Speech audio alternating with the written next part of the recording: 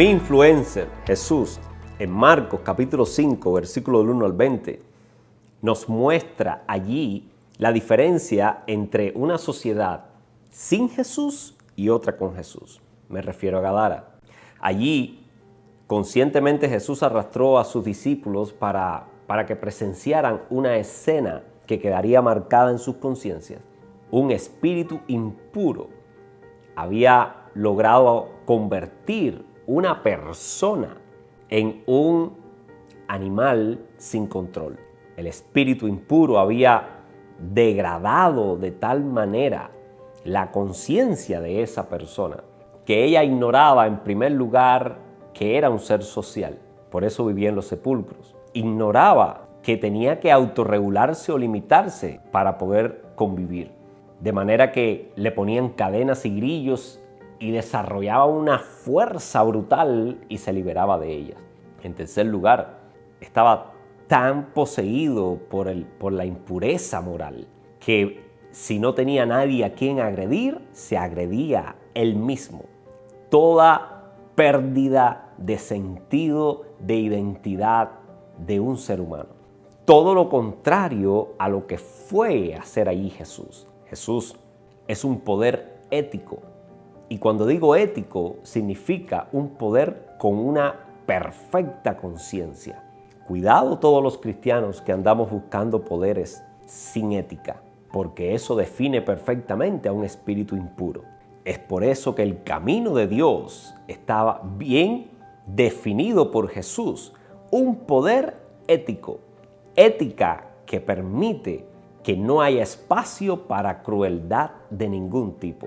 Una conciencia que genera una sensibilidad hacia el ser humano, una conciencia que deja claro saber quiénes somos y quiénes no somos, quiénes son las otras personas, qué es la vida. Responde a estas cosas tan importantes para saber conducirnos adecuadamente en sociedad. Aquí estamos ante esta persona totalmente degradada y una sociedad alrededor que primero había tratado de deshacerse de él, pero después sencillamente lo había abandonado. Pero se había adaptado a convivir con él. Había visto ya como normal que un ser humano pudiera llegar a una situación como esa, aun cuando no entendía cómo. La segunda parte del pasaje nos habla del enfrentamiento de Jesús con ese espíritu que está modelando una conciencia de persona y de sociedad. Impresionante que una persona en un estado de destrucción total de su personalidad pueda ser recuperado de la manera en que Jesús mostró que ocurrió con el gadareno. Dice que estaba sentado, vestido, conversando con Jesús. Obviamente, una nueva conciencia había sido establecida. Se había borrado todas las mentiras que estaban creando la identidad de esa persona y se había establecido una nueva criatura. Puede preguntarse usted, ¿se puede borrar una conciencia de tal manera de que quede un nuevo individuo? Pues es justamente lo que ha venido Jesús a mostrar con este pasaje. Sí se puede.